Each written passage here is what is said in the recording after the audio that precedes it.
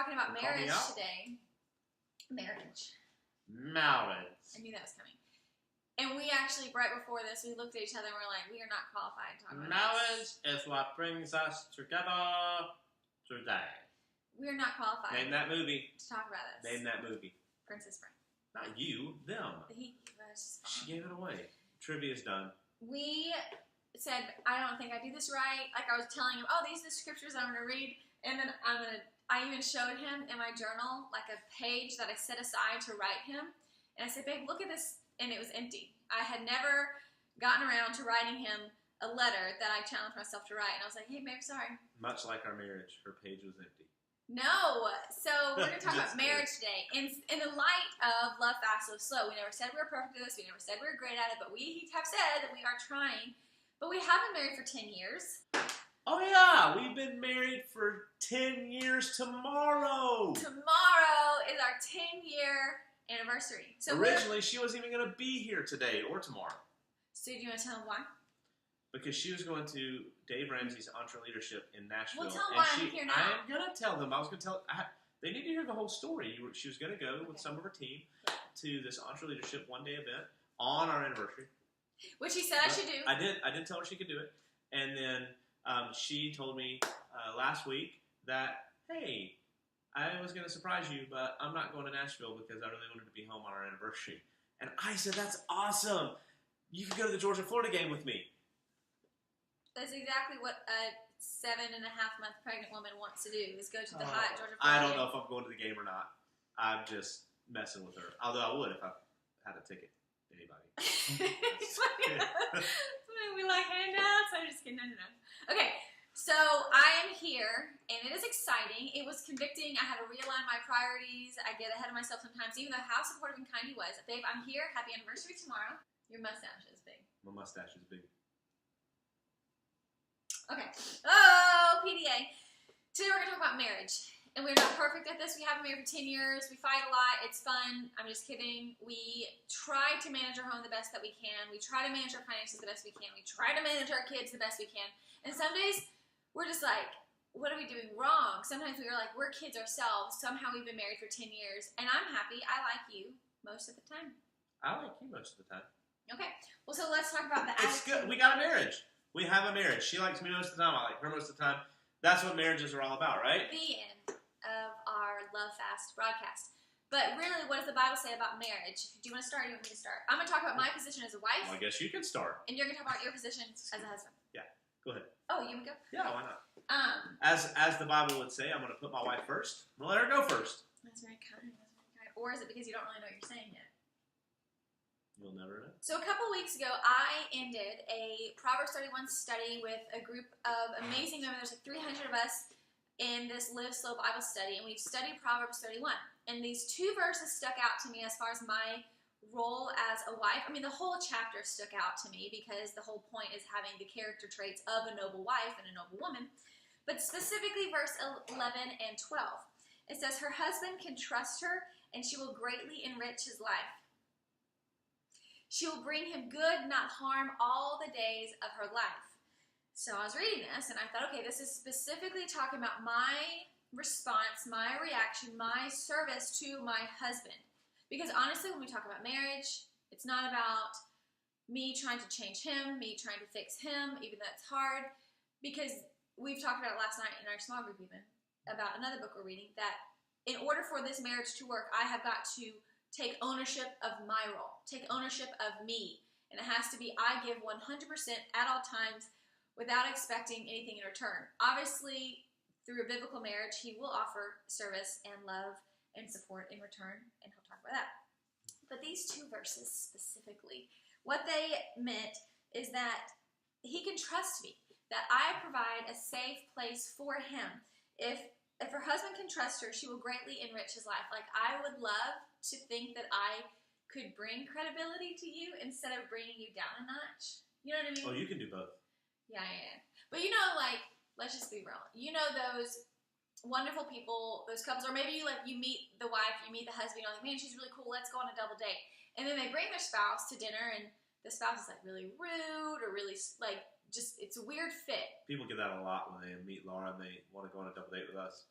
Then they meet me, and they're like, "Who is this couple?" So he brings me down a notch. I'm just kidding. Bring her down, No, way no. down. That's No. like a notch, 2 notches, 7 notches, 13 notches. Shush.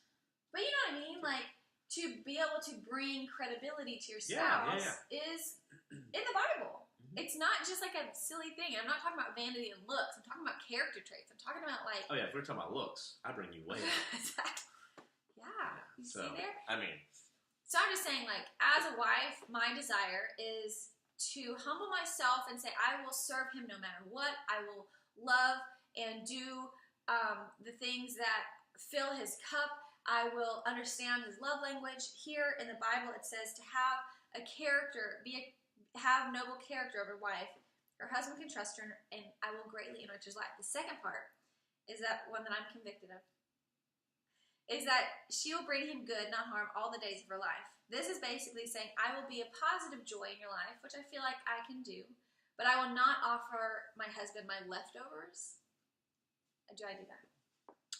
sometimes. Okay, so I do. I have a struggle with that where I extend myself to my kiddos, waking up early, doing the mom thing, doing the house thing, doing the grocery thing. Actually, you do the grocery thing. Cooking I do thing, the do the grocery thing, most cleaning of the thing. And then all of a sudden, I'm like, I can't even say hey to you. Like, I don't even have enough brain capacity to spend time with you or talk about your day. And I offer my husband. She doesn't even get a chance to even say that because she usually falls asleep with one of the boys. That's true. That's a fact. So I offer my leftovers to my husband, and that will not strengthen our marriage. I need to get better at that. To Yeah, offer you you better, my best. To offer you my best. Because here Proverbs 31 woman says she offers him her best all the days of her life. She brings him good, not harm. And if I were to be bringing you down by continuing to ask you to give more, serve more, love more, do more, it's like going to exhaust you. Well, I think it would be easy for me to sit here and joke like I'm joking, but not be joking and say, "Yeah, you do. You don't bring me your best," and blah blah blah. And I know that it's one thing for you to be convicted, and I don't want to take that away because there probably are some areas where we can improve. However, when you're married with a family and you have kids and you have a home and you have life and you have a baby in the belly, giving your best doesn't necessarily mean giving me all the personal time that I want, giving me the physical attention that I want. Giving me your best might mean that you're taking really good care of our kids and taking really good care of our home. And so I actually think you do a killer job at those things. So yeah, whereas maybe we don't get some of the quality time that we want to have because of life, I think you give your best most of the time. It's just that right now your best is manifested in other areas of our life. Sure, that's actually a good way to put it. And so for husbands, I there's a lot of places I could go in Scripture, but as a pastor, as a guy who's done a lot of weddings, I tend to land in Ephesians chapter 5, verse 25. Husbands, love your wives as Christ loved the church and gave himself up for her, that he might sanctify her, having cleansed her by the washing of water with the word, so that he might present the church to himself in splendor, without spot or wrinkle or any such thing, that she might be holy and without blemish. In the same way, husbands should love their wives as their own bodies. He who loves his wife loves himself, for no one ever hated his own flesh, but nourishes and cherishes it, just as Christ does the church, because we are members of his body. Therefore, the man shall leave his father and mother and hold fast to his wife, and the two shall become one flesh. So that was kind of this big, drawn-out passage that I just read out of Ephesians chapter 5, starting in verse 25. But really, what it boils down to is, again, as you'll hear from us, we have a worldview shaped by the gospel, shaped by the Bible, shaped by Jesus and God and the work of Christ for us, or on our behalf anyway. And so when we look at how Jesus loved the church and what he did, if you don't know the story of the gospel, Jesus stepped out of heaven, willingly became a baby born of the Virgin Mary, and lived a perfect and sinless life, only to be accused, wrongfully convicted, and crucified for the sin of the world. And so sin, which is anything we do that goes in opposition to God has required a payment since the beginning of time.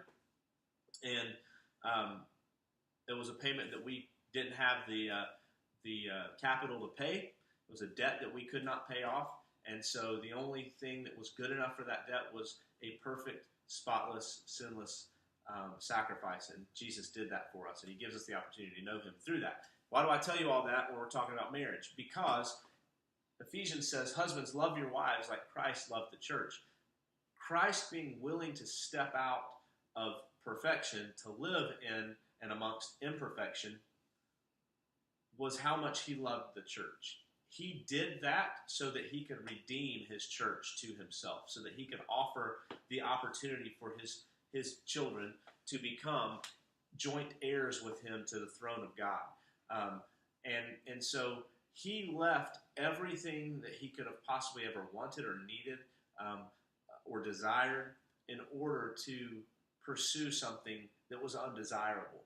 And so I know that may sound really weird, but at times our marriage, our love in our marriage is us doing something that, and loving in a way that we're pursuing something undesirable. It's not always going to be roses on this side of marriage. It's not always going to be fun and honeymoon on this side of marriage. Once you have kids, once you have a life, once you have debt, once you have a home. Even before kids, when you're just working, grinding, and figuring out budget.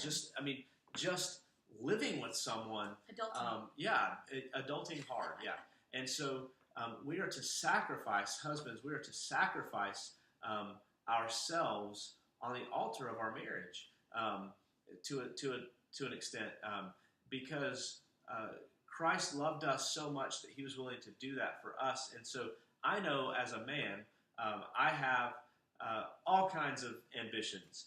Most of my ambitions have no benefit to my family whatsoever. I talk about this all the time. I love the water. I live for the water. I want to have a boat. I want to be out playing and fishing and wakeboarding and just cruising in the Gulf and in the beautiful emerald waters around us. And that's something that I go hard after sometimes. It's something that I get envious of sometimes, and I get down about, and all. I joke about it all the time, but it's a real thing. And if I were to go out and buy a boat for myself, I could do that. I could go finance a boat and buy a boat, but that's not loving to my family. That's not sacrificing for my family. It means laying aside at times the deepest desires that I have in order to benefit my family, and so sacrificing the. Mark something. Christ did not come to be served, but to serve and give his life as a ransom for many. Yes. What is that reference? John 10:10. I know Johnson. Yeah. Okay, I came to have life. Yes. I don't know the reference. Okay, well, there is a scripture. Maybe Nick can look it up. I'm going to look it up. It's that to live out Christ's example as a wife and a husband, that to live like Christ, like every single day waking up thinking, okay, what did Christ do? How can I adopt a godly attitude today? And something that biblically God displayed was through Jesus. It says that Jesus did not come to be served, but to serve and give his life as a ransom for many. And so even when you're not Matthew desiring chapter to serve, 20. Matthew chapter 20, verse, I'll read this whole passage. Verse 25, but Jesus called them to him and said, you know the rulers of the Gentiles lord it over them, and their great ones exercise authority over them. It shall not be so among you, but whoever would be great among you must be your servant, and whoever would be first among you must be your slave, even as the Son of Man came not to serve, but to not to be served, but to serve, and to give his life as a ransom for many. And so that's the attitude that we should carry into marriage, is that we're not here to be served, although marriage is phenomenal. And yes, obviously we get married because it's desirable, but we have to understand that, and I love this, my best friend Bart has a tattoo on his arm that says 100/0, 100%/0%, and it quotes Ephesians, and that is for his marriage. He said, it's that he gives 100%, even if his wife is giving 0%. And you hear a lot of people say, oh, it's a 50-50. You got to give 50, they got to give 50. But that's actually not true at all. It's completely unbiblical. Marriage is 100-0. Even when the spouse is not going in any way, shape, or form towards that push, you're giving 100%. And there's going to be times when your spouse is giving 100% and you're probably giving nothing. And then there's going to be times where it's 70% and 30% or 70% and 70%. But the goal and the right thing to do is 100, even if it's 0. It's not that you're expecting 0, but it's 100-0 is your mindset. I'm going to give 100 no matter what, because this marriage is what God has given me. And this is where it really gets crazy, because understand that marriage is the one thing in the Bible that God tells us is a picture of his love for us. So our marriage is not just for us. Our marriage is for the world. Like, our marriage is for other people to see what God has done in our lives. So our marriage is to be a shining example of the gospel to the world. Yeah. So. What if there, and in my head, I'm thinking of like, what if there's trust issues? What if one is a believer and one is not? What if people have financial struggles and they both have to work 3 jobs? And I know that real life is hard, but as long as you and your spouse could verbally agree to always be on the side of your marriage, maybe the ego or the pride or the frustration or even the hurt inside could be on the back burner, and what you have on the front of the table is, but our marriage is most important, and what do we need to do now to move forward and strengthen our marriage? So what we have done to strengthen our marriage is, one, we have learned to communicate, and it's been hard because we both communicate differently, but I like to read books, and I know that a part of today's Love Fast broadcast, we have compiled a list of recommended books that you could do with your spouse. Now, your spouse might not want to read a book with you. I totally get it. If I walked up to Nick, and I have many times, be like, babe, we should, be super spiritual and sweet and sappy and do this devotion together. And he's like, okay, we totally can. And then it dies off, or I lose my luster for it, or both spouses, it doesn't necessarily have to be that both of you have to be reading it simultaneously to grow your marriage, but you can fight for your marriage and you can grow through reading these recommended books too. Yeah. So any books that come to mind? I love the book that we're doing right now in our small group, which is called Boundaries in Marriage. Yeah. Do we have? We don't have. We don't have. We had the audio book. Yeah, we have the audio book. It's called Boundaries in Marriage. It's by Dr. Henry Cloud, and it basically talks about the importance of setting boundaries in your marriage. But the thing is when we hear that word boundaries, number one, it can carry a negative connotation. Number two, boundaries sounds like it's something that I'm telling Laura, hey, don't cross this line. But the boundaries that we set up in our marriage are really boundaries that I set for myself. So it's like, all right, when my wife decides that she's going to let the dishes fill the sink for a couple of days because she's just tired of doing the dishes every time. And my boundary is, hey, woman, get over there and clean those dishes, because that's a boundary that I set in our marriage. I'm not going to do the dishes. That's not what we're talking about. We're talking about setting a boundary so that I don't blow up and I don't react in a way that's ungodly and hate-filled or anger-filled. Hey, I'm going to communicate in a calm and loving way that this bugs me. Or the boundary might be, hey, when it gets to that point, I know that she's just had enough and that she needs a break. So my boundary might be, okay, I'm going to do the dishes. They're not like cut and dry things, but it's not about setting a boundary like, hey, don't cross this line, woman, or don't cross this line, man. It's, hey, I need you to understand how I function. I need you to understand how I communicate. I need you to understand how I see myself living and the desires that I have. And so we need some boundaries so that we are aware of where the other draws lines or wants to draw lines. So respectfully. So we can respectfully compromise and complement each other. And marriage is really about complimenting the other. I think that's a really good word. Being an asset, making him better. Being an asset. Make sure you heard that part. The example that we see in Genesis is that God made me to be a helper to Nick, but equally he's supposed to serve and lead me. So that is such a help for me. And I just see that linking arms, if you are married or if you would like to be married one day, if you feel like that's the direction God is. Yeah, this isn't just for husbands and wives, by the way.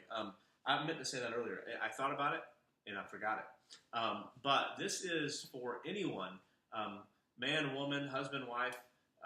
This is for anyone who might at some point in your life make the move towards marriage, because these Like principles. our desire to have a healthy marriage. Yeah, and these principles they start applying before the marriage vows are made, because you don't want to enter the marriage and say, "Hey, I'm going to fix all this when we get there."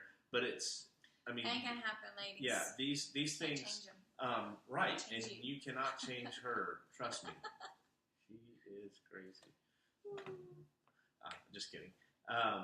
But anyway, so these things apply to anyone who really, and not even, maybe you don't want to get married. Maybe you're not never going to get married. That's okay. There's still really valuable things here. And you never know when your crazy friend that is married is going to call you and say, "Hey, my wife is crazy," or "My husband is cray-cray." And you're going to be like, "Listen, I know I'm not married, but I listened to these guys talk one time on this Watch this video. on this podcast, and they don't know what they're talking about, and they do not have it all together, but they love people, and they can help." Touche. So if you're a reader, which I like to read, or if you are a listener, I just feel like in order to better yourself, you have to position yourself to learn, to grow, and not just think that your own life experience through 10 years is going to teach you everything you need to know. You need to find resources, find leaders, find experts, find mentors who can help you through decisions, through humility, through scripture, etc. Yeah. So obviously this is a book that is probably a bit more popular. I do love it. The Love Dare book. And really, I mean, you guys might have seen the movie Fireproof. It is valuable. Nick thought it was a little cheesy. What was the song from Fireproof? Hold on. Hang on. It's a slow fade.